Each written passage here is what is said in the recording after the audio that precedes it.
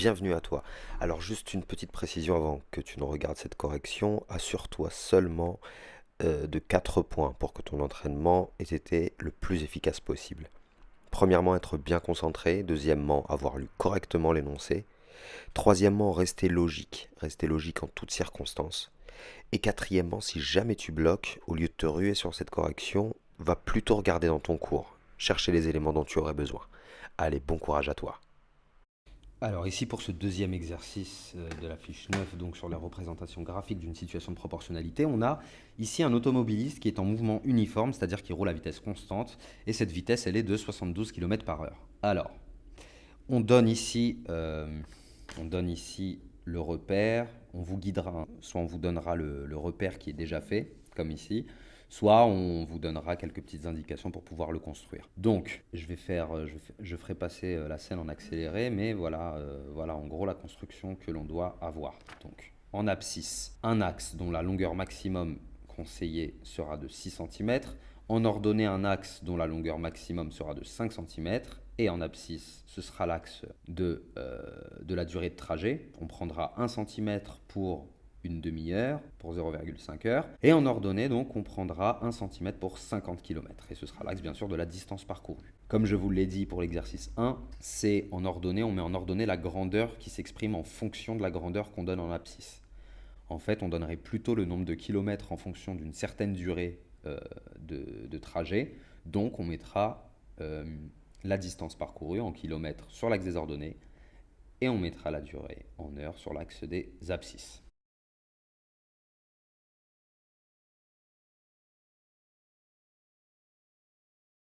Alors, maintenant que notre repère est construit, à quoi est-ce qu'on pense? Donc, pour construire notre représentation graphique, nous sommes dans une situation de proportionnalité, puisque pour passer de la durée de trajet en heures à la distance parcourue, il suffit de multiplier par 72, parce qu'effectivement, on nous dit que l'automobiliste roule à 72 km par heure, ça veut dire que pour une heure parcourue, une heure de parcours, il parcourra donc 72 km, pour 2 heures le double de 72, pour 3 heures le triple de 72, donc à chaque fois on multiplie par un même nombre qui est 72 pour passer des heures de la durée de trajet au kilomètre, c'est-à-dire à la distance parcourue. Voilà.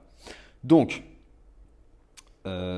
pour une heure ici, on a 1, on a 72 km parcourus. Donc ici, je suis normalement à 100, 50, 100.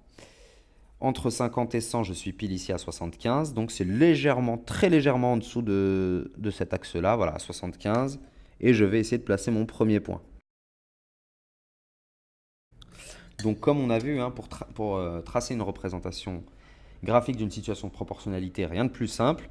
Il nous suffit d'avoir au minimum 2 points puisqu'on sait que c'est une droite qui passe par l'origine. Donc là, j'ai mon premier point, là, j'ai un deuxième point. Et on va essayer d'en placer un troisième pour vérifier l'alignement. Bon, on va tout simplement calculer la distance parcourue pour aller 2 heures. 2 heures ici, je suis à 1h30, 1,5. 1h30, 1h30 minutes. À 2 ici, je suis à 2 heures. Et je vais tout simplement calculer donc la distance qui est parcourue. Pour la calculer, voilà, on a 2 fois donc 72 km par heure. En 1 heure, il parcourt 72 km, donc en 2 heures, il parcourt 144 km. 144, intéressant. Ici, je suis à 150, donc c'est légèrement en dessous. Voilà, on a donc ici nos 3 points avec l'origine. L'origine plus 2 points et on construit donc notre représentation graphique. Voilà, la voici. Voilà, donc il faut juste éviter de sortir du repère. Alors, maintenant, quelles sont les autres questions qui nous sont proposées? Donc maintenant qu'on a construit la représentation graphique, bien sûr, n'oubliez pas de numéroter les questions. Ça, c'est la question petit a. Maintenant, on va passer à la question petit b. Qu'est-ce qu'on nous demande dans le petit b? Il faut lire la distance parcourue prévu après 2 heures et 30 minutes de trajet avant sa pause. Donc là, on nous raconte un petit peu sa vie, mais nous, ce qui nous intéresse, c'est la donnée ici. 2 heures et 30 minutes.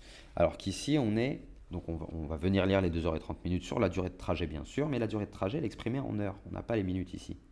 Bah, tout simplement, 2 heures et 30 minutes, c'est quoi? C'est 2 heures et la moitié d'une heure, donc c'est 2,5 heures. Donc 2,5 heures, on vient se placer ici. Voilà, 2,5. Et on va se projeter, donc, vous connaissez la recette, sur la droite.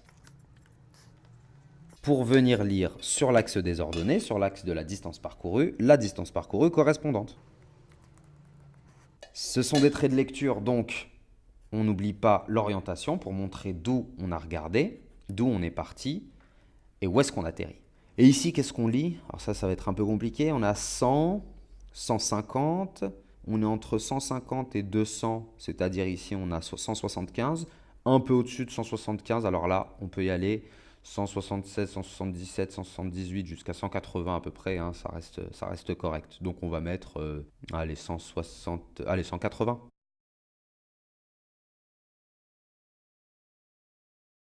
Voilà, donc ça semble être, hein, d'accord? Mettez bien que ça semble être et que ça n'est pas forcément. Je vous dis, je vous le répète, en mathématiques, rien de plus précis que le calcul. Là, on vient de faire de la lecture graphique. Donc voilà, ne pas prendre la valeur qu'on a obtenue pour argent comptant. Maintenant, on passe à la dernière question.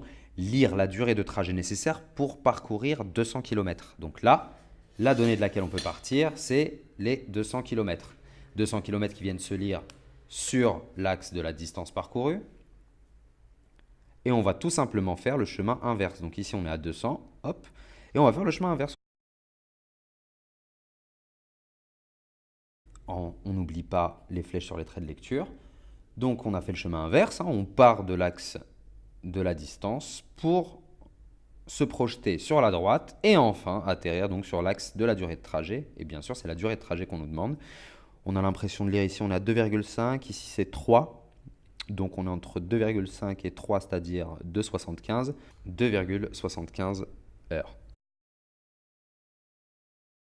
Alors ici, on aimerait bien donner les 2,75 heures en heures et minutes, parce que très souvent dans le langage courant, hein, on parle en heures, en nombre entier d'heures, et ensuite on complète le reste en minutes. Or ici, on a 2 heures et 0,75 heures. C'est quoi ces 0,75 heures? Soit on comprend, on sait que 0,75 heures, c'est 3 quarts de 1.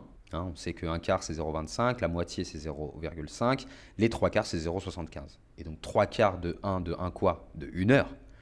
3 quarts de 1 heure, c'est 3 quarts d'heure, c'est 45 minutes. 2 heures et 45 minutes. Soit